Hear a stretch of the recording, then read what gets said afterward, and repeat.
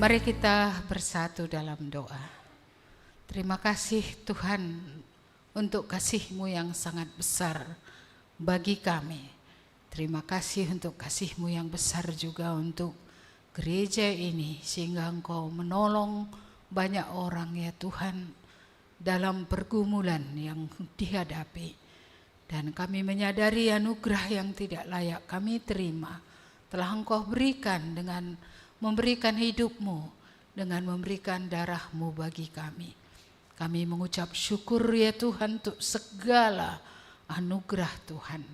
Kembali kami datang kepadamu saat ini memohon lagi, supaya di tengah kelemahan hamba-Mu Engkau menolong dia bisa menyampaikan firman Tuhan.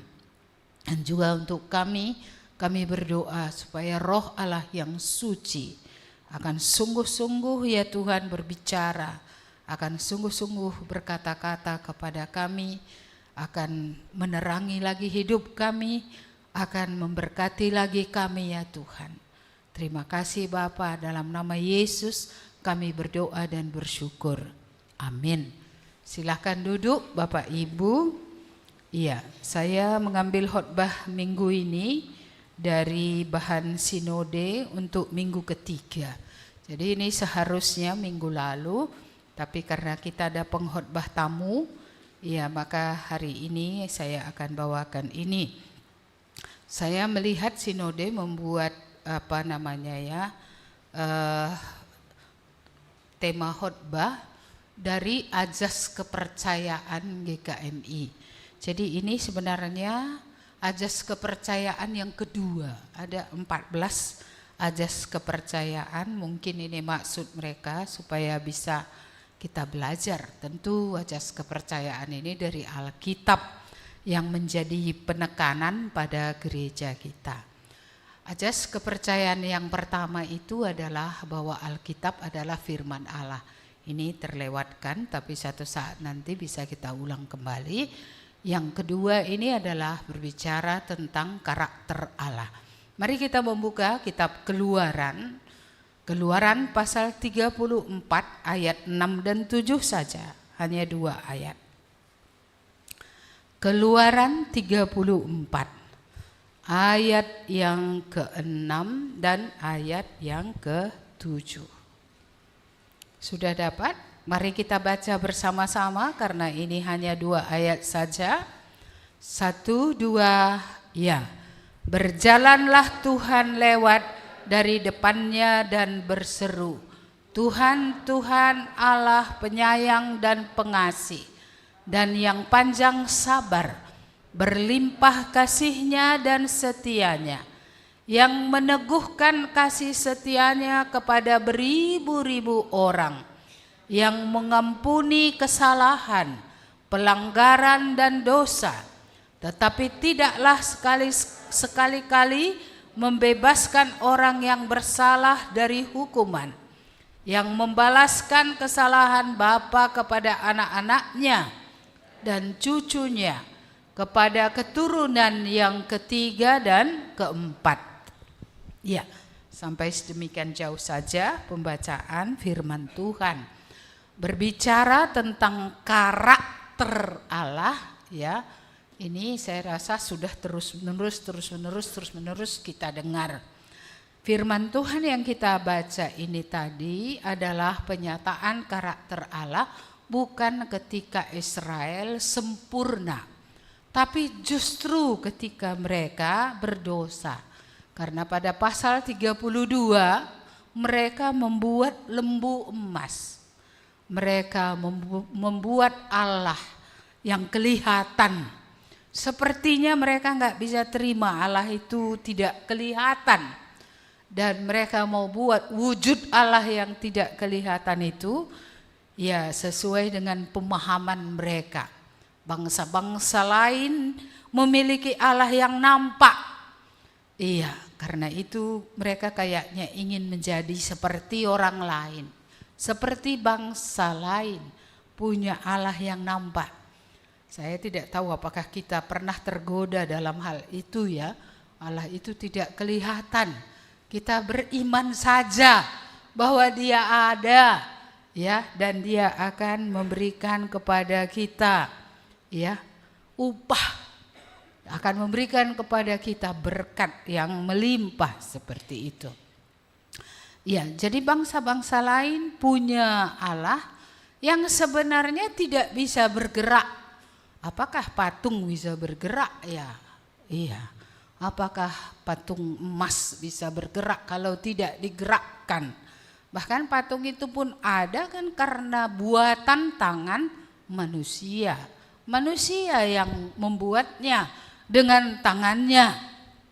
Dan kalau tidak digeser dia tidak bergerak. Tidak ada sebenarnya yang bisa dilakukannya. Makanya kita agak heran, kenapa ya Israel tergoda dengan membuat Allah seperti itu gitu. Iya, Allah memang tidak kelihatan. Tapi bukankah begitu banyak perbuatannya di tengah-tengah mereka? Yang kita baca ini tadi kan ini sudah di perjalanan ya.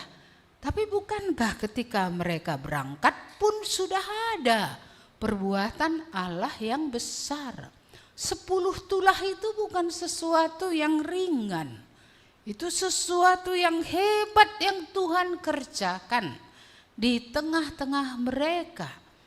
Apakah itu tidak membuktikan bahwa Allah ada? Apakah itu tidak membuktikan siapa Allah itu? Betapa perkasanya Dia, betapa hebatnya Dia sehingga bangsa yang besar seperti Mesir, ya, yang tidak akan mungkin melepaskan mereka, tapi dengan tangan Tuhan yang kuat, ya, mereka tidak bisa tidak tunduk kepada Allah sehingga akhirnya bahkan Firaun berkata, pergilah kalian semua, pergilah, seperti itu ya. Iya, jadi itu bukankah dengan tangan Tuhan yang kuat? Jadi memang secara kasat mata Allah tidak kelihatan, tapi perbuatannya kan kelihatan. Bagaimana Dia membuat hati bangsa Mesir itu, ya, sehingga begitu kerasnya sampai ke tulah ke-10 baru mereka berkata, pergilah, ya, pergilah menaati Allahmu itu. Pergilah untuk beribadah kepadanya. Padahal dulu mereka bertahan, ya, tak boleh. Iya, tidak boleh. Tapi apa yang tidak mungkin bagi Allah tetap mungkin. Kemustahilan itu adalah bagi manusia. Bagi Allah tidak ada yang mustahil. Bagi Allah tidak ada yang tidak mungkin. Iya, jadi ini kita lihat peristiwa ketika Musa sudah naik ke Gunung Sinai untuk menerima petunjuk dari Tuhan. Gaya hidup yang harus mereka ikuti sebagai umat yang telah dilepaskan dari Mesir. Gaya hidup umat yang telah, ya, Dia keluarkan dari perbudakan, supaya ini menjadi pedoman bagi mereka. Tapi kita melihat sementara Musa lama, ya, mereka merasa lama, ya, di Gunung Sinai mereka berulah. Mereka tidak bisa pegang siapa Allah itu. Mereka mungkin melupakan juga bagaimana laut Teberau terbelah. Mereka mungkin melupakan juga seluruh 10 tulah yang Tuhan kerjakan supaya bisa mereka keluar. Mungkin mereka lupa juga ketika udah habis, ya, bahan makanan yang dibawa dari Mesir. Tuhan memberikan kepada mereka banyak hal. Tuhan memberikan mana, Tuhan memberikan burung puyuh untuk dimakan. Ketika air di Kirbat mereka sudah kosong dan di padang gurun tidak ada air, bagaimana Tuhan mengeluarkan air dari bukit batu. Persediaan Tuhan tak pernah kurang. Ya, mereka melupakan betapa hebatnya Allah itu, betapa kuat kuasanya, betapa besar belas kasihannya. untuk mengeluarkan mereka dari perbudakan. Dan betapa besar persediaannya, ya, supaya mereka akan tercukupi dalam perjalanan. Allah kita bukan Allah yang mau menyengsarakan. Allah kita bukan Allah yang akan membiarkan mereka berjalan lalu tidak akan menolong, tidak akan melindungi, tidak akan memelihara. Bukankah dalam kitab Kejadian kita sudah belajar tentang Allah? He provides everything. Dia sediakan segala-galanya.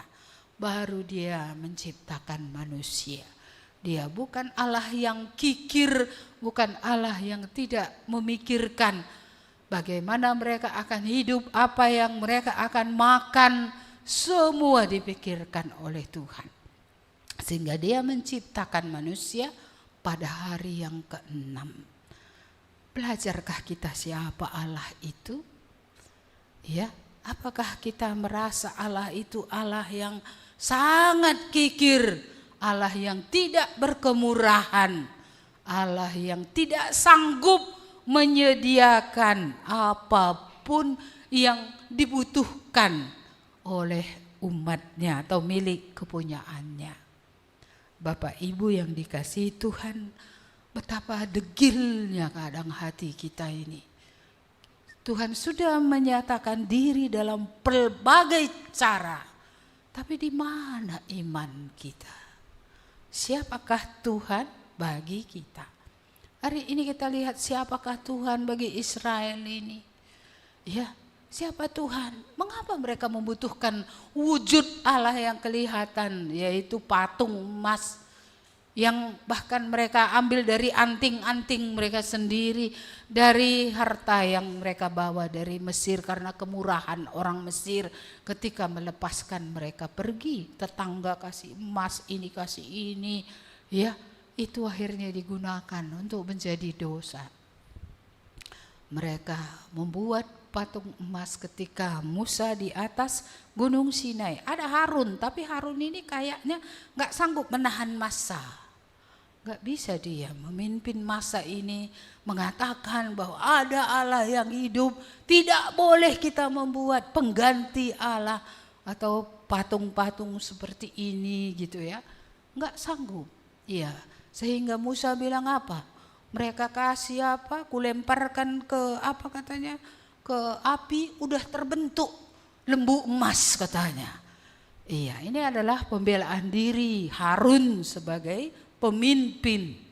Iya, jadi seluruhnya ini Harun orang yang paling dekat ya dengan Musa, orang yang juga dipakai oleh Tuhan di Mesir, tapi dia juga menjadi sarana ya untuk artinya ya kepada dialah mereka semua merepet gitu ya. Musa nggak datang, jangan-jangan dia sudah mati.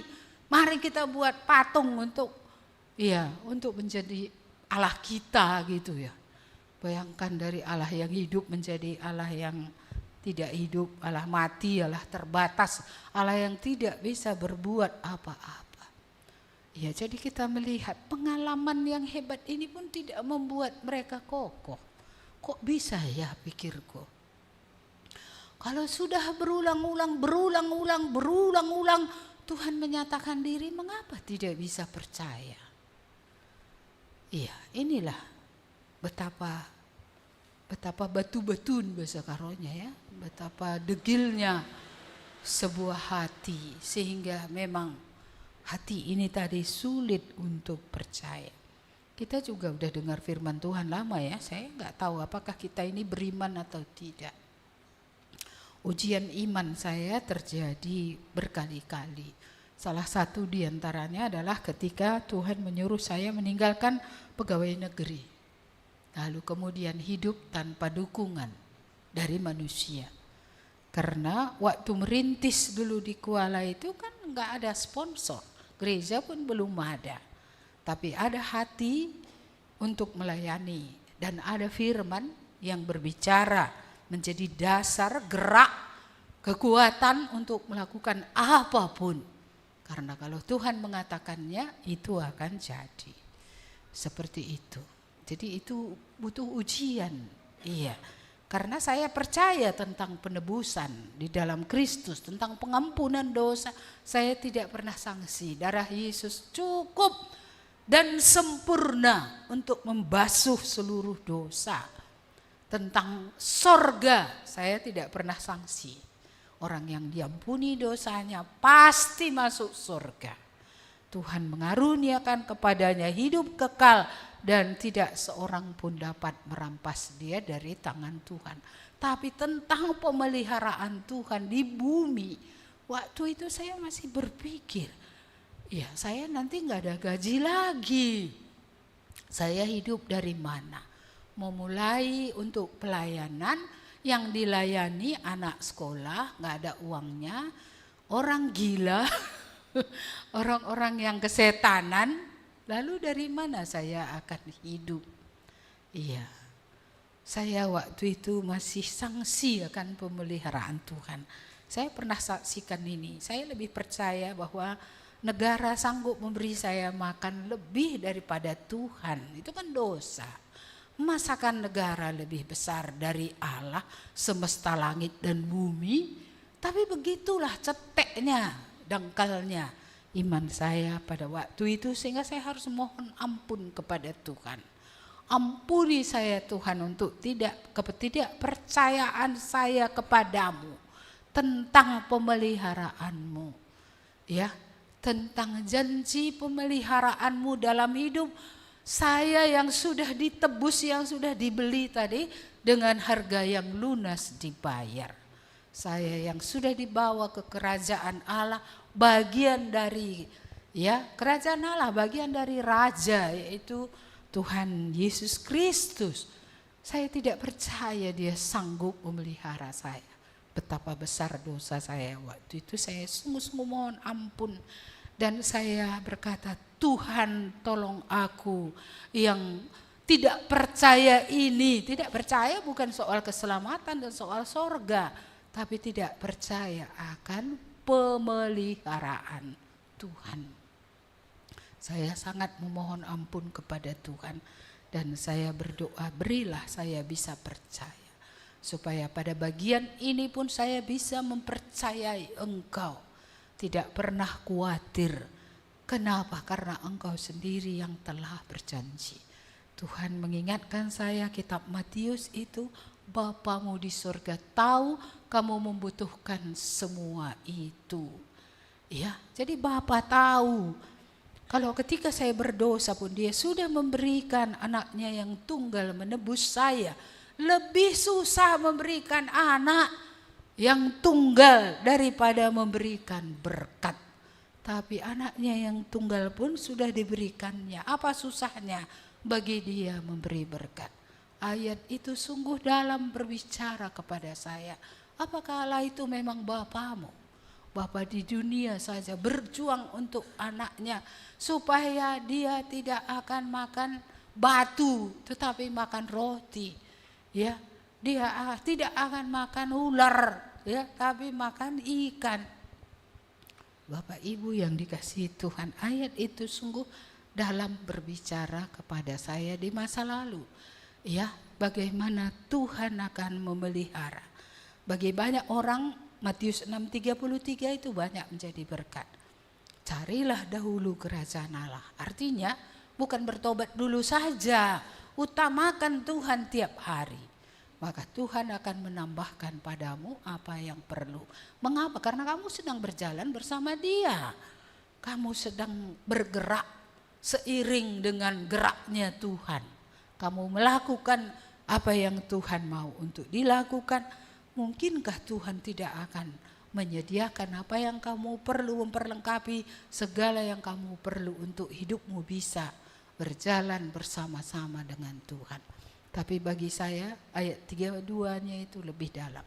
Bapamu, ya, Bapamu di surga tahu kamu membutuhkan semuanya itu. Bapa kita berjuang untuk kita, dia keladang lah, apalah, jungkir balik ya, supaya nanti ada makan untuk anak, supaya nanti ada untuk uang sekolah, dia berjuang. Iya. Dan ada satu ayat lagi yang sungguh berbicara ketika saya meninggalkan semuanya pekerjaan itu. Roma 8 ayat 32 itu sangat dalam juga. Ya, bahwa dia tidak menyayangkan anaknya sendiri. Dan di dalam anaknya itu kamu beroleh segala sesuatu. Yang saya mengerti dulu adalah mendapat Yesus, mendapat semua. Saya mendapat Yesus menjadi Tuhan saya, ya, pemilik hidup saya. Saya mendapatkan juga semua yang ada pada Dia. Jadi Dia akan memberikan apa yang memang perlu. Kalau memang saya adalah milik kepunyaannya dan hidup, ya, untuk Dia, untuk kemuliaannya. Baik, jadi kita belajar dari sejarah Israel yang menyedihkan sebenarnya. Begitu banyaknya kebaikan Tuhan, tapi iman mereka begitu dangkalnya. Mereka tidak percaya bahwa Allah yang membawa mereka dari Mesir, Allah yang sama sepanjang perjalanan kehidupan mereka, akan tetap menyertai dan akan tetap memberikan apa yang diperlukan. Apa yang mustahil menurut manusia. Mungkin karena kita hidup kikir kali ya, sehingga Allah itu pun kita rasa kikir kali ya. Gak pernah kita sampai Allah itu berkemurahan karena kita tak punya jiwa kemurahan. Tapi orang-orang yang berkemurahan, dia tahu Allahnya lebih berkemurahan daripada dia. Allahnya akan memberi lebih daripada apa yang dipikirkannya. Iya, jadi mari kita melihat di sini ketika Israel jatuh, Tuhan menyatakan karakternya. Siapa dia? Jadi bukan dalam kesempurnaan orang-orang yang menjadi milik kepunyaannya saja dia menyatakan siapa dia. Tapi bahkan ketika mereka sudah jatuh, sudah membuat patung lembu emas, anting-anting emas, tahap itu semua dibentuk. Lalu kemudian mereka bentuk sendiri, tentu ada ahli pahat atau ahli patung di tengah mereka. Sehingga bisa buat seperti lembu. Ya, dan itulah akhirnya mereka katakan, inilah Allah yang membawa kamu keluar dari Mesir. Di manakah Allah yang hidup itu ya? Mereka tempatkan. Mereka tidak tempatkan dia berada di depan, tapi mereka membelakangi dia. Iya. Jadi kita melihat di sini dalam nats ini, ya. Mari kita lihat bagaimana sebenarnya tabiat dari Tuhan. Dikatakan tadi di sini, Tuhan Allah penyayang dan pengasih. Saya mencoba melihat bahasa aslinya, apa sih bedanya penyayang dan pengasih. Penyayang itu kata aslinya adalah hanun. Artinya adalah memberikan kasih karunia, memberi kebaikan yang tidak layak diterima. Kasih karunia mendahului sehingga akhirnya kita bisa bertobat. Iya.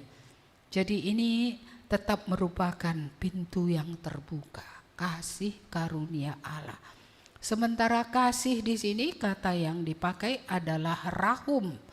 Rahum itu artinya adalah belas kasihan yang dalam, seperti kasih seorang ibu pada anak. Tidak dingin dan tidak kejam. Hatinya mudah tergerak dalam penderitaan anaknya. Seperti itulah digambarkan kasih Allah. Mudah tergerak dengan belas kasihan kepada umat yang menderita. Seperti itu ya. Sementara penyayang tadi lebih kepada memberikan apa yang tidak layak untuk diterima. Itulah kasih karunia. Ketika kita membaca tentang Nuh, itu Nuh mendapat kasih karunia Allah. Jadi kasih karunia dulu. Baru kemudian kita melihat Nuh itu hidup di hadapan Tuhan, bergaul dekat dengan Tuhan. Jadi Allah itu penyayang dan pengasih, dua-duanya. Dia penyayang, ya, dia pengasih. Ia memberikan kepada kita kasih karunia yang tidak layak kita terima. Siapakah di antara kita yang layak untuk diselamatkan? Siapakah kita yang layak menjadi milik Allah? Siapa kita yang layak untuk memperoleh keselamatan, memperoleh pengampunan dosa, memperoleh kewargaan yang baru, menjadi warga kerajaan Allah, menjadi warga kerajaan surga. Tak seorang pun kita yang layak. Inilah Allah itu. Betapa pengasihnya Dia. Itulah sebabnya kita sudah sering mendengar Dia memberikan anaknya yang tunggal. Memberikan anaknya menjadi tebusan ganti nyawa kita. Inilah penyayang. Pengasih tadi adalah bagaimana Dia tetap berbelas kasihan. Seharusnya kalau sudah seperti ini kan nggak usah berbelas kasihan. Allah yang besar digantikan dengan patung yang emas. Aturannya babat habis saja dibunuh kan. Tapi kita melihat Allah tidak membabat habis seluruh orang Israel pemberontak ini. Walaupun Musa dalam murka karena dia sangat marah, mengapa mereka membuat saingan Tuhan, dan dia begitu marahnya. Kemarahan Musa adalah sebenarnya gambaran dari kemarahan Allah. Maka sebenarnya Allah nggak marah sama Musa, walaupun waktu itu Musa bilang, siapa yang berpihak kepada Tuhan, sini kumpul semua. Dan pada hari itu ada banyak orang yang terbunuh oleh karena mereka tidak berada di pihak Tuhan. Bapak Ibu yang dikasihi Tuhan, selain tadi penyayang, pengasih, ada di sini kata panjang sabar. Ini dalam bahasa Ibrani, panjang sabar ini panjang hidung. Aku pun heran, kok panjang sabar, kok panjang hidung gitu ya. Lalu itu diartikan adalah lambat untuk marah. Jadi Allah sebenarnya tidak cepat-cepat murka Dia memberi waktu untuk bertobat. Orang tua pun saya rasa kan gak langsung murka kepada anak. Nasihati, gak tahu berapa kali nasihati. Baru kemudian didisiplin. Anak yang tidak didisiplin adalah anak yang tidak dikasihi. Itu sebabnya kalau tidak ada disiplin, maka anak-anak ini menjadi anak yang tidak ada aturan, tidak ngerti tanggung jawab, tidak beretika juga. Ini adalah anak-anak yang tidak didisiplin, tapi dibiarkan saja dia sesuka hatinya. Sesungguhnya seorang ibu kalau dia membuat jam mandi anaknya jam sekian gitu, kadang merasa terlalu dingin gitu. Tapi itu sebenarnya membentuk disiplin. Dari bayi sudah didisiplin. Sehingga akhirnya ketika dia menjadi besar, dia akan mudah untuk taat. Dia akan mudah untuk mendengar. Dia akan mudah untuk memikirkan bahwa apa yang disuruh oleh orang tua itu sebagai wakil Tuhan adalah hal yang baik. Tapi banyak anak tidak didisiplin, asal sudah nangis kasih HP. Jadi yang membentuk anak kita adalah HP dari sejak bayi, bukan malah dari sejak anak-anak, dari sejak bayi. Masuk TK, cepatlah pulang biar main HP. Sehingga ada orang tua yang harus dipanggil jangan kasih HP sama anakmu. Mungkin anak-anak ini orang tua ini merasa ini guru guru PGTK ini kayak mana ini kok membuat begini batasan-batasan gitu. Jadi tidak ada disiplin. Bapak Ibu yang dikasihi Tuhan, Allah juga ketika Adam dan Hawa jatuh dalam dosa, emang langsung dikutuk? Ya enggak. Bukankah Allah masih jalan-jalan ke Taman Eden dan berkata, di mana engkau? Emangnya Tuhan tak tahu di mana mereka? Bagaimana posisi mereka? Apa yang mereka lakukan? Tidak ada yang Tuhan tidak tahu. Lalu apa? Mereka sembunyi. Mereka nggak mau dekat datang. Setelah itu pun masih ada belas kasihan, panjang sabar. Ada. Apa yang telah kau lakukan? Apakah kau telah makan dari buah pohon yang kularang itu?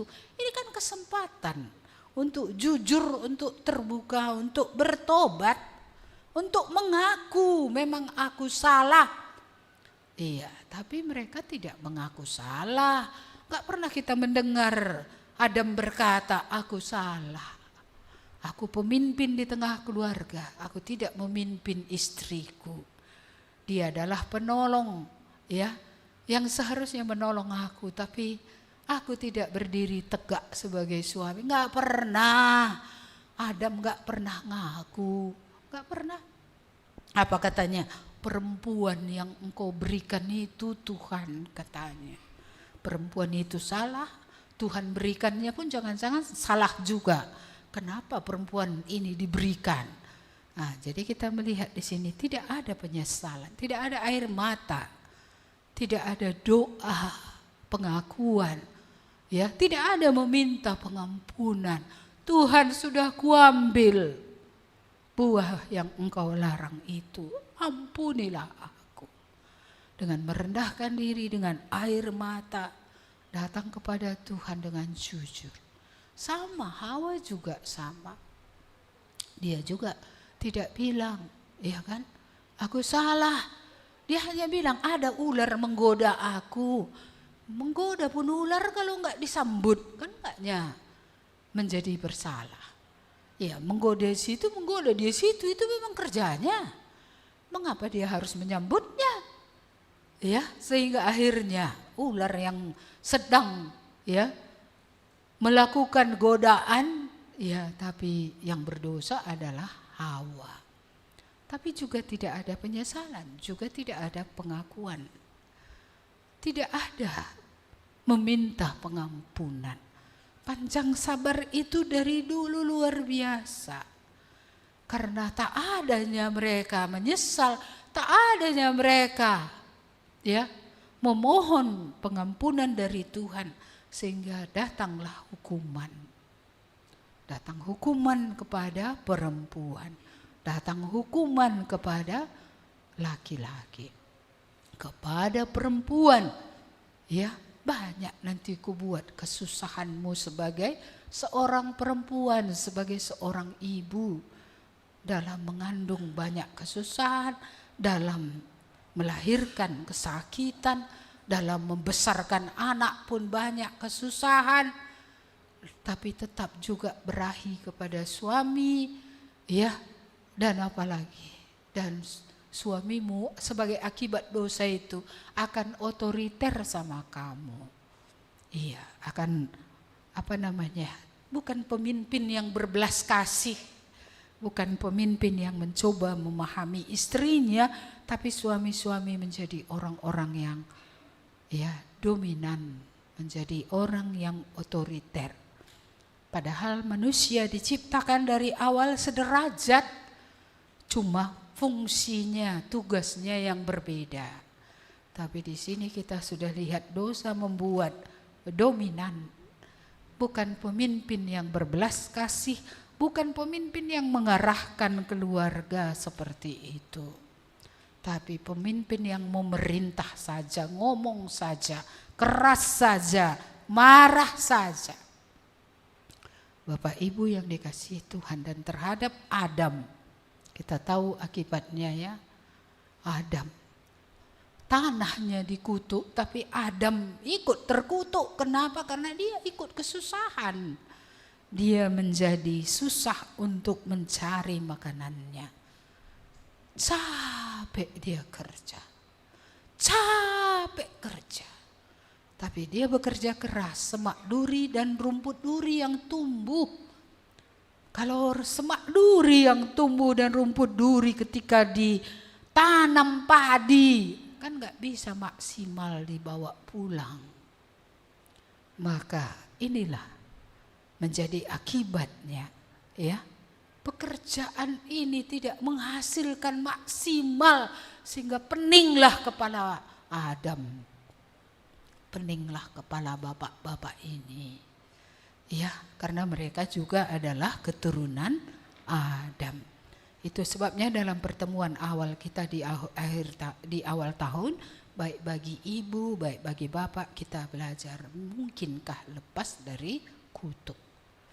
Kristus sudah terkutuk di kayu salib, menanggung kutuk kelemahan kita, menanggung kutuk dosa kita, supaya kutuk itu diangkat dan berkat yang diberikan Tuhan kepada Abraham akan diberikannya juga kembali kepada orang-orang yang dilepaskan dari kutuk itu. Berkat Abraham itu istimewa karena itu adalah menjadi milik Tuhan. Memiliki perjanjian kembali dengan Tuhan. Ya. Memiliki begitu banyak janji Tuhan yang bisa dipegang dalam hidup ini. Berkat Abraham, ya, adalah berkat yang diberikannya kepada milik kepunyaannya, yang diberkatinya juga secara roh, bukan rohani saja, karena secara rohani dia memberikan Roh Kudus untuk berdiam dalam hati orang percaya dan terus menyertai, tapi dia juga memberikan berkat-berkat jasmania. Bapak Ibu yang dikasihi Tuhan Allah, panjang sabar. Berapa lama dia menanti sampai kita bertobat? Berapa lama setelah kita bertobat ini dia menanti supaya kita melakukan apa yang dia suruh untuk kita lakukan? Berapa lama lagi dia menantikan supaya hidup kita ini berbuah? Iya, maka kalau tadi cerita tentang pasutri, tema pasutri kita sama dengan tema gereja tahun ini, yaitu berakar, bertumbuh, dan berbuah. Ini yang akan kita pelajari. Saya harapkan semua orang tua ikut, ya, yang sudah menikah. Yang single yang mau menikah pun boleh ikut. Yang sedang konseling boleh ikut.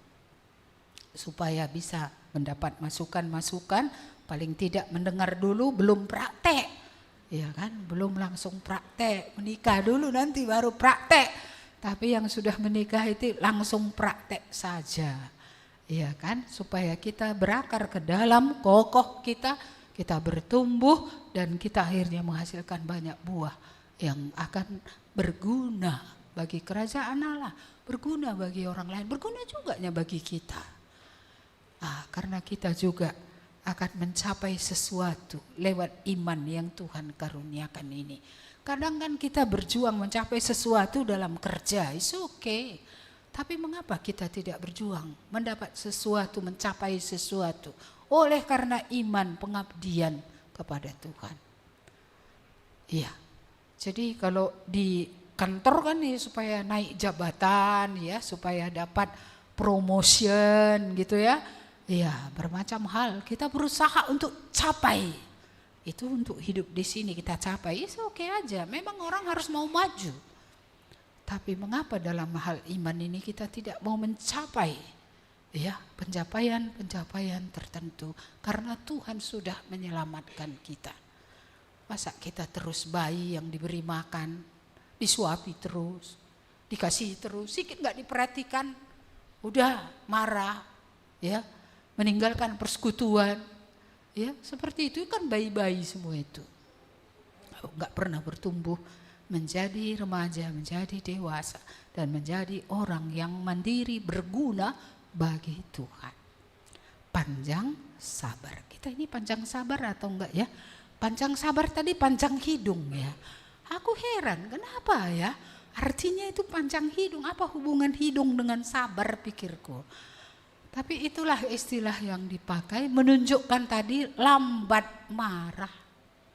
Kita sering mendengar, cepatlah untuk mendengar, tapi lambatlah berkata-kata. Iya, tapi kalau Roh Kudus tidak menguasai kita, firman tidak menguasai kita, pasti kita cepat marah, lambat mendengar. Maka belum ngerti pun dia, sudah duluan marah. baru mendengar dari satu sisi, belum mendengar dari pihak yang lain, sudah marah. Iya, padahal segala sesuatu harus dilihat dari berbagai segi. Iya, salah satu saya rasa konseling ini menolong ya. Untuk apa? Kita melihat dari segi, bukan segi kita saja, segi orang lain. Sehingga lebih mudah kita memahaminya. Dan lebih mudah jadinya kita mengasihinya. Dan lebih mudah juga menolongnya ya dalam penderitaan yang ada. Panjang sabar. Di rumah ibu-ibu kalau nggak panjang sabar, gimana ya? Iya, anak berlarian sana sini. Kalau belum ada berdoa kita terus ini sampai puasa. Kalau sudah ada berlarian dia, kita nggak sabar. Kayak mana pula ya? Iya, jadi panjang sabar. Bapak-bapak pun kalau nggak panjang sabar susah ini. Nggak ada kemajuannya keluarga ini katanya. Iya, nggak ada. Iya, seperti itu. Jadi Tuhan mengajari kita untuk panjang sabar. Ada waktu untuk segala sesuatu. Harus panjang sabar. Iya, ketika Tuhan memberi berkat melalui istri, ya terima dulu itu. Karena belum ada Tuhan membuka pintu yang baru, berkat yang baru belum tersedia. Bagaimana kita akan menyuruh ya, tinggalkan itu. Lalu makan apa? Makan angin. Apa hidup nanti akan meminta-minta kepada keluarga lagi? Padahal pernikahan artinya meninggalkan ayah ibunya dan bersatu dengan istrinya. Si laki-laki betul-betul meminta Tuhan melepaskan kutuk itu. Supaya Tuhan memberi berkat. Sehingga lewat dia keluarga itu akan memiliki makanan yang cukup. Sehingga keluarga itu akan memiliki uang sekolah yang cukup. Ada waktu untuk segala sesuatu. Iya, jadi seperti itu ya, panjang sabar. Di gereja pun kalau nggak panjang sabar, waduh udah di PA kan orang berapa lama loh. Gak berubah-berubah. Pendetanya akhirnya udah tinggalkan aja lah pelayanan ini. Kalau kayak gini ya mau dihadapi gitu kan, itu kan nggak panjang sabar itu. Iya, di antara orang yang ada pasti ada kambingnya, sorry ya. Iya, pernah lihat hati manusia ya? Pasti ada kambing di tengah saudara. Kambing itu apa? Orang yang sering berontak. Diajari nggak terajari, diikuti nggak terikuti. Nah, inilah banyak pula gambar-gambar itu kan. Ada pula gambar burung merak. Orang yang apa? Sombong, aku benar, lalak benar. Tapi mana dilakukannya? Nggak ada. Iya, dia menganggap diri benar, buahnya nggak ada kebenaran. Ya, nanti kapan-kapan belajar hati manusia lagi ya. Tapi ini tadi dulu panjang sabar. Iya, tapi bahasa Inggrisnya memakai long suffering. Jadi harus orang lama baru menderita, baru sabar. Jadi kalau saudara nggak pernah menderita, nggak mungkin jadi penyabar. Makanya Tuhan memberi penderitaan. Untuk apa? Membentuk supaya tabiat sabar ini lahir. Siapa mau menderita supaya sabar? Semua berdoa, Tuhan jauhkanlah aku dari penderitaan, gitu ya. Jadi kapan kamu belajar sabar? Iya, kalau nggak ada masalah, nggak ada penderitaan, bagaimana kamu ya akan menjadi orang yang sabar? Ya, orang yang sangat sabar. Saya rasa penderitaan Musa akibat kesalahannya lari ke Midian itu karena membunuh dia ya. Iya, penderitaannya itu kan membuat dia sabar.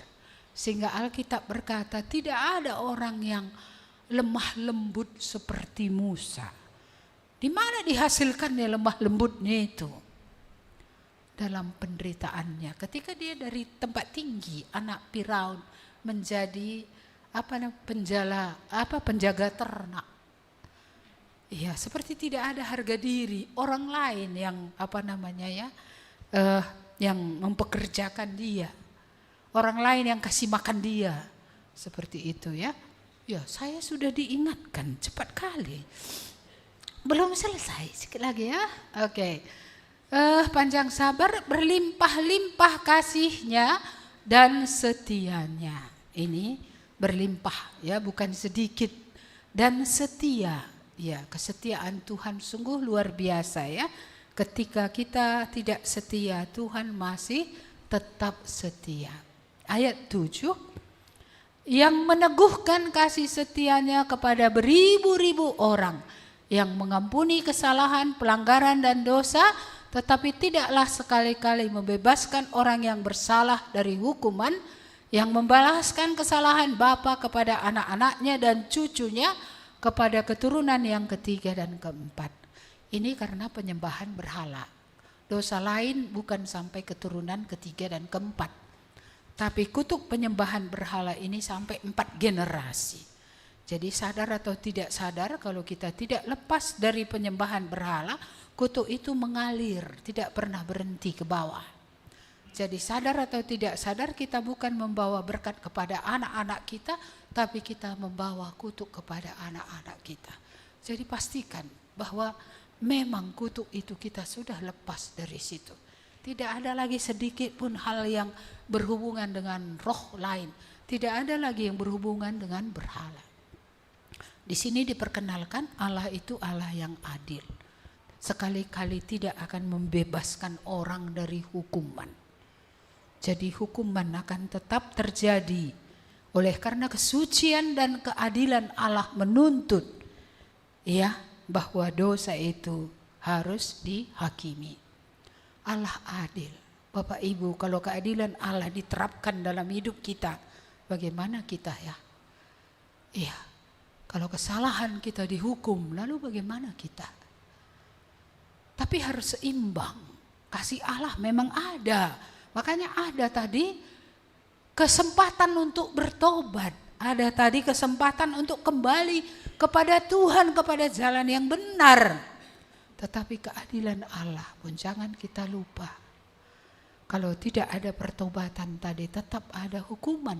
Bahkan kadang kalaupun kita diampuni, kadang masih ada konsekuensi dosa yang harus kita tanggung.